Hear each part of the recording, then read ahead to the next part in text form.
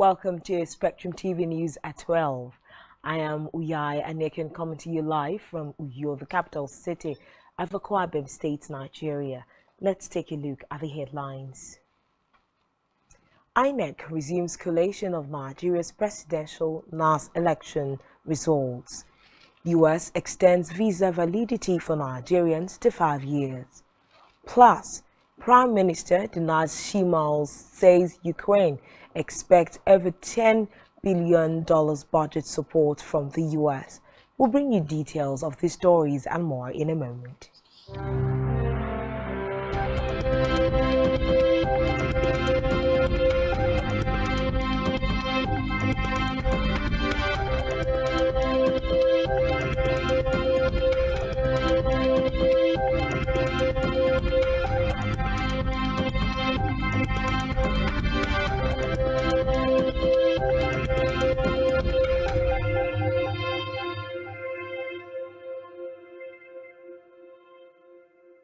Thanks for joining us. First in our news this afternoon is an electoral report that the Chairman, Independent National Electoral Commission, INEC Mahmoud Yakubu, has commenced the collation of the presidential and NAS election results today.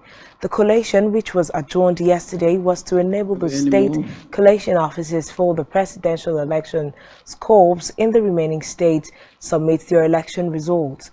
Meanwhile, results of about 13 states within the country have been released by the Commission. Recall that Mahmoud had said the collation of presidential election results will be done at 4 levels.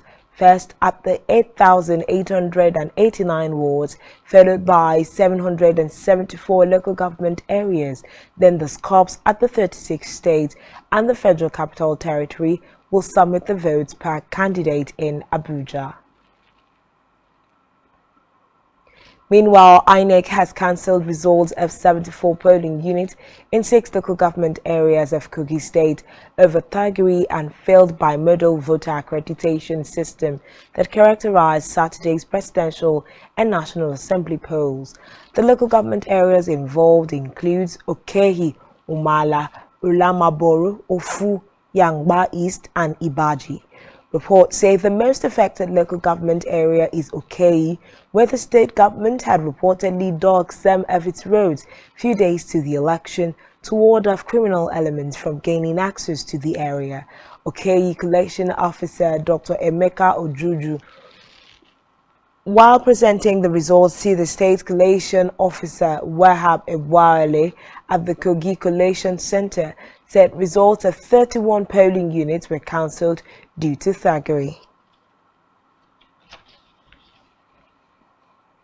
In the meantime, the National Broadcasting Commission, NBC, has warned broadcasters covering the general elections to desist from allowing their platforms and facilities to be used for the broadcast of content that may lead to the breakdown of law and order in Nigeria. The Director General of NBC, Balarabeb Iliela, gave the warning in a statement titled "Warning to Broadcast Stations in Abuja," while reminding all broadcast stations that they have a duty to promote sustainable democracy in Nigeria. The Commission also warned that appropriate sanctions would be meted out to any airing station that operates outside the confines of the Nigeria Broadcasting Code. Still on electoral matters, the presidential candidate of the All Progressives Congress, Bola Tinubu, has been declared the winner of Saturday's presidential election in Benue State.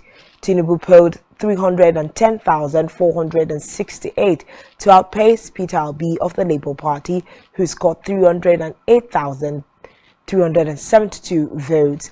Also, Atiku Abubakar of the People's Democratic Party polled 130,081 votes to come third, while Rabiu Kwankwase of the New Nigeria People's Party scored 4,740.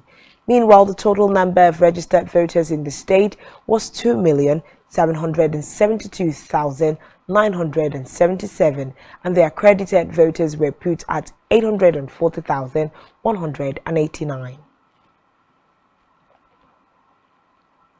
Meanwhile, the presidential candidate of the Labour Party, Peter Obi, has defeated the candidate of the All Progressives Congress, Bola Tinubu, and People's Democratic Party, Atiku Abubakar, in the presidential and National Assembly elections in Cross River State. The state's collation officer, Professor Akpofure Rim Ruke, announced the results at the Independent National Electoral Commission state headquarters in Calabar today. Peter Obi polled 179,917 to defeat Tinubu, who got 130,520 votes, and Atiku, who got 95,425 votes. Elsewhere, two civic tech organizations, ProMAD and Policy Shapers, have asked the Independent National Electoral Commission (INEC) to publish the comprehensive report of the Bimodal Voter Accreditation System (BVAs) across the country alongside the results of the presidential polls. According to a joint statement signed by Desi Omokombe and Ebenezer Wikina, Saturday's presidential poll showed the promise of Nigeria's democracy becoming citizen-driven, participatory, and energetic. The organizations say, having watched and read the reports of events in the election, it appears that INEC has not effectively lived up to its obligations and mandates to Nigerians as defined in its 2023 Electoral Guidelines and 2022 Electoral Act. To another story now, the United States of America has announced that starting from March 1st, it will increase visitor visa validity from 24 months to 60 months for Nigerians who want to enter the U.S. temporarily for business and tourism. The U.S. Consulate General Will Stevens, in a statement, explained that the extension of visa validity for Nigerians would reduce the visa approval wait time for Nigerians and allow them make short visits to the U.S. without having to worry about expiration of their visas. Recall that the Minister of Interior, Rauf Aregbesola, had said the directive was issued following approval for the implementation of the new bilateral consular policy agreement between Nigeria and the U.S. In Africa, French President Emmanuel Macron has unveiled his country's changing economic and military strategy in Africa as France's influence substantially declines on the continent. Reports say Macron is expected to call for a more balanced partnership with African nations in a speech at the LC Presidential Palace before he begins an ambitious Africa trip on Wednesday to Gabon, Angola, the Republic of Congo. Meanwhile, the LC has stressed that Macron is visiting Gabon mostly to attend a major climate-related summit focusing on the preservation of forest. According to LC, he will also seek to show France's attachment to improving economic and cultural relations with two French-speaking countries, the neighboring Republic of Congo and Congo. Still in Africa, Algerian president has received former Malian rebels who had signed an important peace agreement in 2015 under the aegis of Algiers, who said they were seeking to break the impasse and the status quo in full axis of tension with the authorities of Bamako. Algeria, which shares some 1,400 kilometers of borders with its southern neighbor, took an active part in the peace agreement signed in 2015 with the Independence Rebellion to end the war in Mali. According to reports, the peace agreement, considered by some Malians, is seen as an essential component of a return to political and military stability in the immense country, destabilized by the outbreak of separatist and jihadist insurgencies since 2012. On our foreign scene, Ukrainian Prime Minister Denis Shmyhal says the country's budget deficit this year is expected to amount to $38 billion, but the U.S. is committing to provide more than $10 billion in budget support by September. Shimiel said a new platform has been introduced to help coordinate the work of G7 countries and international financial organizations, including the International Monetary Fund and the World Bank, with regard to financial support for Ukraine. He added that during his meeting with the U.S. Treasury Secretary Janet Yellen in Kyiv, they had discussed the financial and sanctions impact on the Russian budget, as well as continuation and effectiveness of sanctions on the supply of high-tech items to be used in the military sphere of Russia. Still on the foreign scene, Ukrainian President Volodymyr Zelensky says the situation in the eastern city of Bakhmut is getting more challenging. Zelensky said Russia is constantly destroying everything that can be used to protect the country's positions, to secure and defend it. According to him, there were more than 300 attacks from various types of artillery and multiple rockets launched on the area. Meanwhile, a Ukrainian commander said the situation in the eastern city was extremely difficult due to non-stop Russian assaults. Still to come in the news. Messi wins FIFA Best Prize and Pueblas claims Women's Award. To stay with us.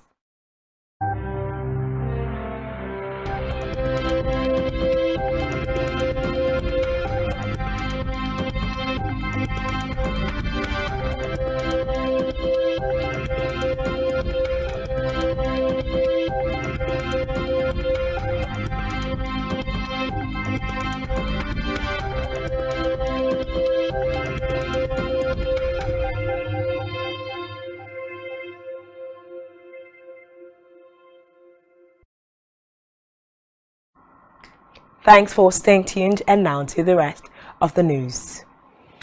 In business, the total amount of currency in circulation in the country has dropped from 3.29 trillion naira as of the end of October 2022 to 1.38 trillion naira as of the end of January 2023 as a result of the naira redesign policy of the Central Bank of Nigeria, CBN. According to the figures obtained from the CBN, showed that the data represents a drop of 1.91 trillion naira in 3-month period. Recall that the Governor CBN Godwin Emefiele had in October 2022 announced plans to redesign the old 200 naira, 500 naira and 1000 naira banknotes. Still in business, the adoption of mobile technology continues to grow in Nigeria, with the total number of mobile subscriptions hitting 225.88 million in January of 2023. According to new industry data from the Nigerian Communications Commission, teledensity, the number of active telephones per 100 people living within an area, grew to 118.51%.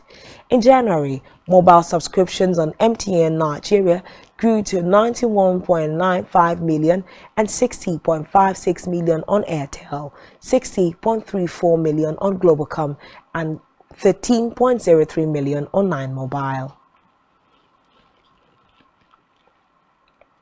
On our health news, public health experts have called for more actions against air and noise pollution from generators, warning that they can increase stress, fuel other mental health issues, and also trigger chronic health problems like high blood pressure. The experts also warn that direct exposure to loud or persistent noise can equally lead to hearing impairment, noting that children are more vulnerable to the adverse health effects of noise pollution.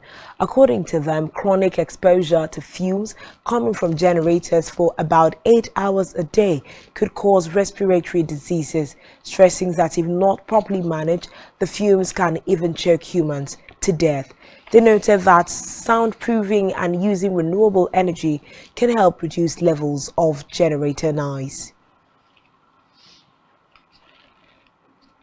Still in health, President Nigerian Cancer Society (NCS) Dr. Adamu Umar says by the end of 2023, about 102,000 Nigerians will have been diagnosed with cancer, hinting that the disease is hitting closer to more Nigerian homes and families than ever.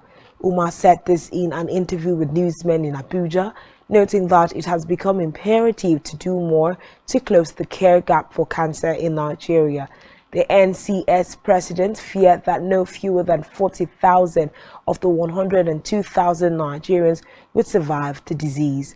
According to him, there were just not enough cancer care specialists or cancer care centers to handle the emergency. He stressed that the National Action on Sugar Reduction Coalition is calling for more policy action to close the care gap. Umar said that cancer incidence and mortality could be prevented if health care was prioritized in the country. He called for greater investment in the health of Nigeria's citizens. According to him, unless this happens, Nigerians will continue to record disproportionate cancer deaths. In sports, Lionel Messi won the Best FIFA Men's Player Prize for 2022 on the back of his World Cup triumph with Argentina, and Spain's Alexia Putellas retained the Women's Award at a ceremony in Paris. Messi beat his Paris Saint-Germain teammate and World Cup final rival Kylian Mbappe to the men's gong, with Ballon d'Or winner Karim Benzema the other contender to claim the prize. It is the second time that Messi has won the honor, inaugurated by FIFA in 2016, after football's world governing body split from Ballon d'Or organizers France Football. The award, which is voted for by national team coaches and captains, journalists and also fans, recognizes a year in which the former Barcelona star crowned his glorious career by leading Argentina to victory at the World Cup. Messi scored twice in an epic final in Doha as Argentina beat France on penalties, despite Mbappe netting a hat-trick for Les Bleus in a remarkable 3-3 draw.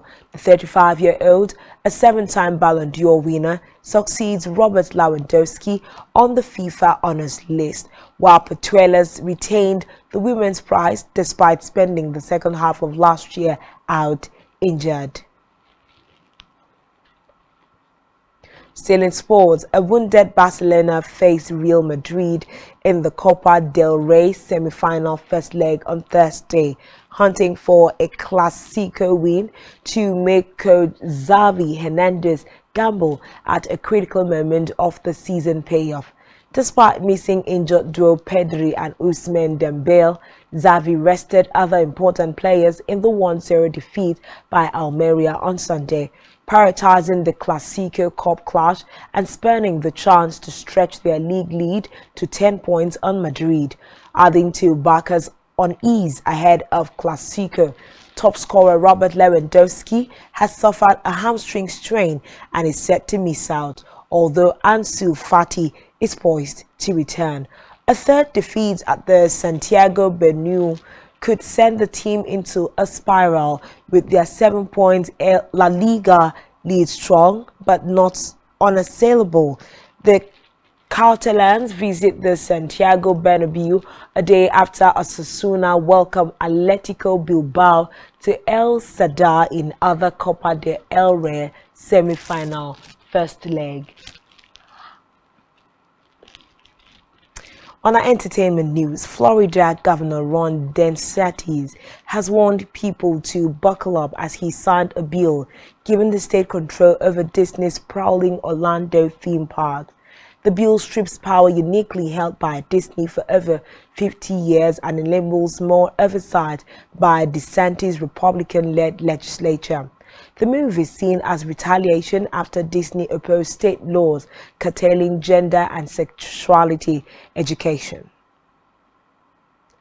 Still on entertainment, Nollywood stars Adeniyi Johnson and Seyi Edun who have been married for 7 years, have welcomed a set of twins. The couple announced the news on Instagram after praying to God for a child for 7 years following their wedding. Meanwhile, congratulatory messages are currently pouring in for the couple from fans, well-wishers, and industry colleagues.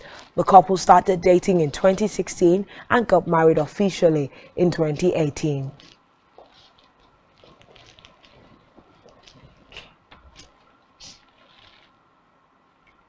And that's all we have for you at this time. Do ensure to follow us on social media.